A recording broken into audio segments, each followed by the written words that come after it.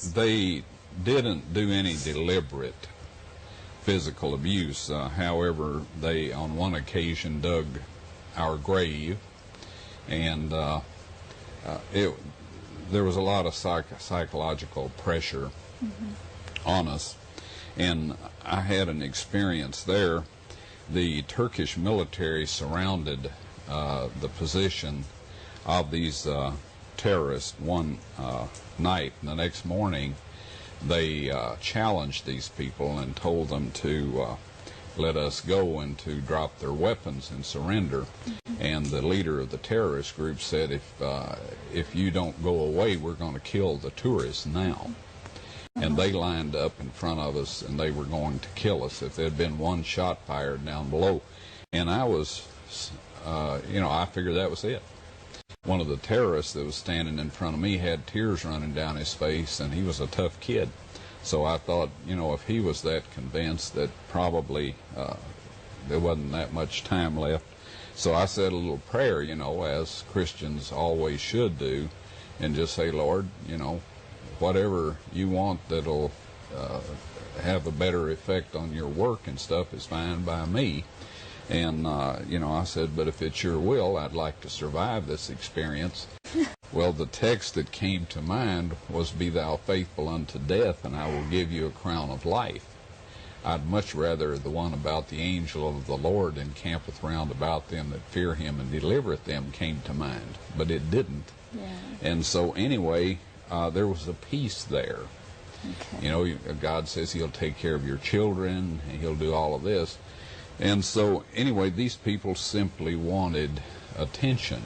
And what they were planning to do was take us down to northern Iraq and kill us one at a time. When the publicity died down from one death, then they would kill another one and get more publicity and then kill another one. And the State Department had written us off.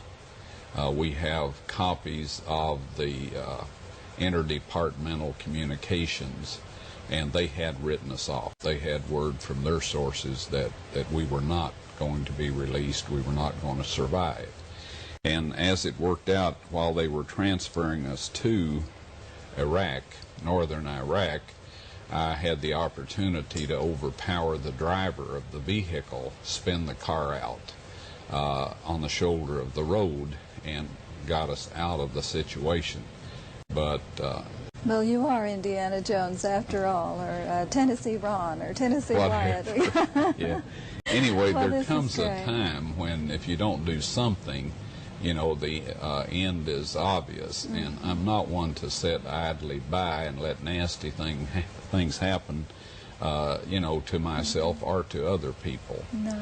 And so this is what it was all about. They were seeking publicity, and they got a great deal. As you said, it was all over, the newspapers and TV and everything. You have some clips here. I want to get back into some of this that you have found. You have discovered what you believe is the right crossing of the Red Sea. Is yes, that right? ma'am. And we want to run some of that clip here for a minute. And will you tell us what we're looking at as we do this? The map that we're seeing there, the crossing is just to, almost center screen, isn't it? It is, yes. This is a satellite map, and those things are wonderful when it comes to figuring out the terrain and the route of the Exodus. They can also tell where a lot of people have traveled because it compresses the ground, and even though wind blows the sand around, you can still note these on and so this is the canyon that Moses led, and I'll use a term here that a lot of people aren't familiar with, but it's the Habiru. And this is a collection of Semitic slaves that were in Egypt for a number of years. They were enslaved by the founder of the 18th dynasty, which is Thutmose I. And anyway, God destroyed the Egyptians, as you are familiar with, at the crossing site. This is the beach they came out on. To the near side, towards us, there's a large Egyptian fortress that has been there. all the way back to that point in time and before. So they... How big is that? Is that big enough to hold Israel? It is. There's about 7,000 to 8,000 acres there. Okay. And so anyway, that could hold 4 million people that easily came out in the Exodus. Now, what are we seeing here? Well, we're looking down towards the south. Josephus, those that like to check references on these things, in his Antiquities of the Jews tells about this, and they went down towards the south, but some mountains come right out into the water and cut off any movement in that direction. And that's what he talked about, was the mountain coming down to the water. He did, and then Pharaoh came out and just sealed them off between the mountains and the sea and the Egyptian army. Now this is a Phoenician-style column set up by King Solomon. There's an inscription on the one on the opposite shore in Saudi Arabia that says that this is where God opened the sea and drowned Mizraim, which was their term for Egypt, and delivered the Israelites and the mixed multitude. Okay. I believe this is an underwater. I believe you said this was right human. To the top left of the screen is a human rib cage, and there's some other bones there, like the cervical vertebrae of the spine and the back of the skull that are visible in this photograph. And our little lionfish is there to show people that this is not a gimmick. This is 80 feet under the water. Now, this shows a chariot wheel at about 80 feet, about the same depth. Are there many underwater. of these out there? There are there's approximately 20,000 chariots that got wiped out in this experience. So the bottom is littered with the chariots' parts and people's remains and horse skeletons, and we've collected a couple of horses' hoofs from out there. I was rather surprised that they survived, but they did.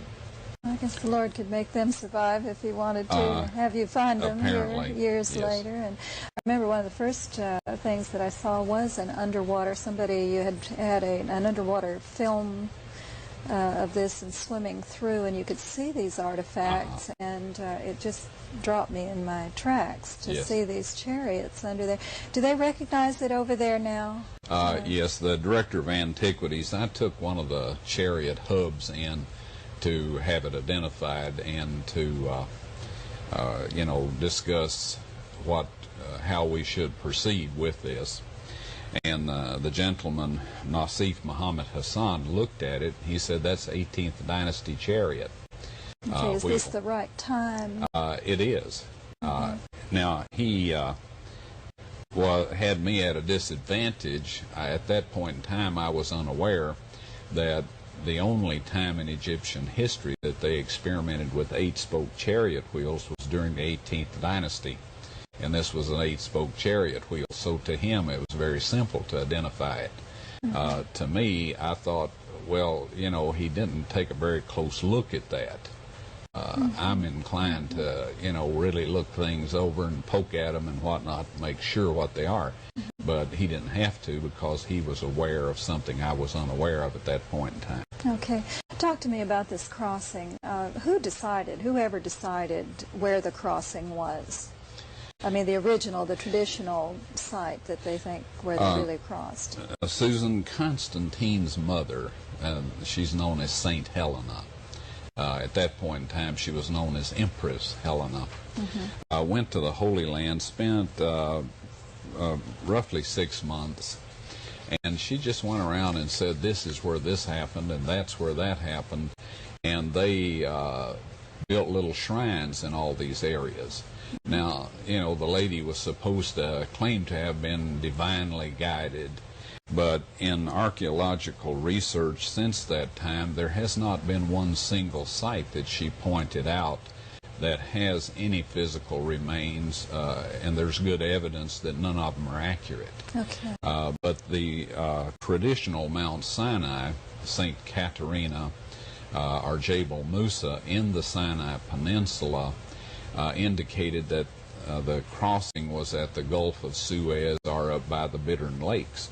Now, the Bible talks about the Yam Suf, in the Hebrew there, which means Sea of Reeds. That's one of the translations of it.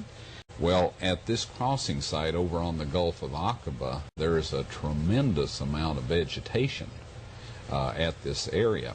In fact, the bottom is so covered with reeds, underwater reeds and stuff, except for, say, December and January, that it's very difficult to do much research other than during those 2 months. Okay. So anyway, God has allowed people to think other places were the sites and preserve these, like I mentioned a minute ago, for a time when he can show the whole world where it actually is. And, people are pack rats. If we'd have known where all these things were all these years, there'd have been nothing left for us. They would have taken it home, stuck it in a glass case. Right. We're going to take a break right here. I want to come back and talk about where they went when they crossed through the Red Sea. Okay. And they actually were going to Mount Sinai. Yes. And we'll be right back with that.